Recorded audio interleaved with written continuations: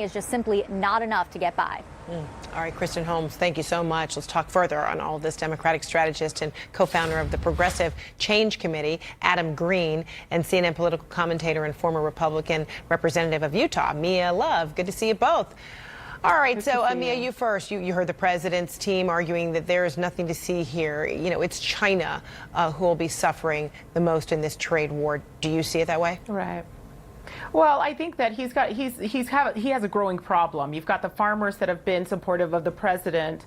You've got so many other people that have been waiting and waiting. But after a while, when you can't put food on the table, when you're having a really hard time, eventually they're going to have to turn that onto the president. And so, you know, whatever the wars he has with China, he still has to reconcile that with the American people, especially with the American farmers. And Adam, you heard Larry Kudlow, say, the economy is strong.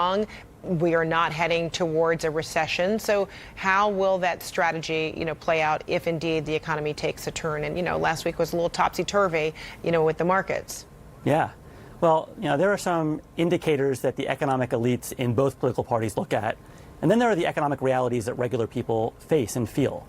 And, the elites will say, oh, unemployment is down, the economy's great. But tell that to a mom who's working 3 jobs, or a dad who had his job shipped overseas and now had to take a 50% pay cut.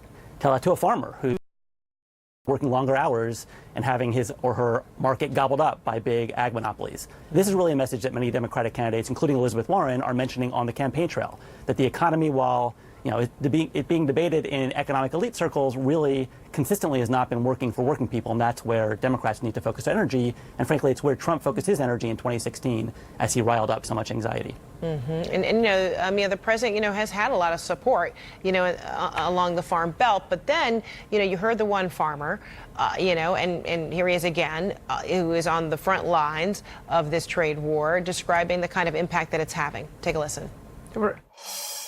I sometimes stay up at night worrying about what the future does hold. What do you tell your children that want to farm?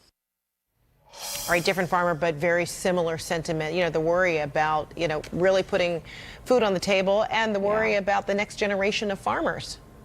Right. So you've got the farmers that are really starting to feel the hurt of it, although the majority of them did support the president. You have to be very clear. There are some people that are feeling that that unemployment is actually down. There are people that actually have jobs. There are people that the president promised that he would make sure he brought jobs back to the United States. Utah has the lowest unemployment rate it's had in I think a 10-year history. If you look at Utah, we've got less than 2% unemployment. So there are areas where the economy is doing well, and the president should talk about that. But he also needs to make sure that he keeps the promises he made to the farmers and end this trade war with China as soon as possible. Because if you can't feed your family, you will not reelect President Donald Trump. So that's gonna be an issue for him. And so, Adam, Democratic rivals perhaps are seizing on this. Just take a listen.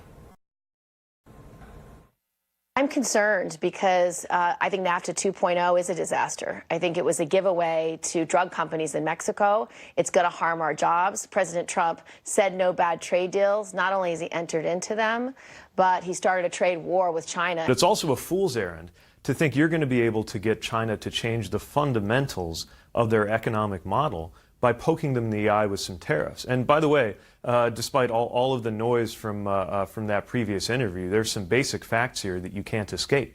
And one of them is that American farmers are getting killed. This current trade war that the president has entered our country into is not working. It is hammering the hell out of farmers across this country who do not want bailouts or payoffs. They just want to be able to make a profit in what they're growing and be able to have those markets again that they worked a lifetime to create. So, Adam, is this, seemingly unified, strategy, one that could work? Well, yeah. Obviously, I agree with all those points that were made. But I might actually go a step further. Beyond calling it a fool's errand, I'll say something maybe a little provocative. But, as with all things Trump, you need to follow the corruption. You need to see where is he putting his own political interests and his own family financial interests above the American people, or in this case, the American farmer. And what we've seen over the years is just recently, actually on Election Day in 2018, Ivanka Trump got 16 new patents approved in China. There are many Trump business deals in China, just like he has business deals in Russia. And what you see is he's very submissive to these dictatorial leaders, and then every once in a while he lashes out with something brash, kind of to give himself cover in the election, to pretend that he's being strong when he's actually being very weak and submissive. So I would actually connect the dots and say this is one more extension of the Trump corruption that will be prosecuted by Democratic candidates on many issues in the 2020 debate. And what we're seeing right now is an unfortunate byproduct, which is it's a lose-lose both for the Chinese and the American people. Who wins? Potentially Donald Trump. We'll see. All right.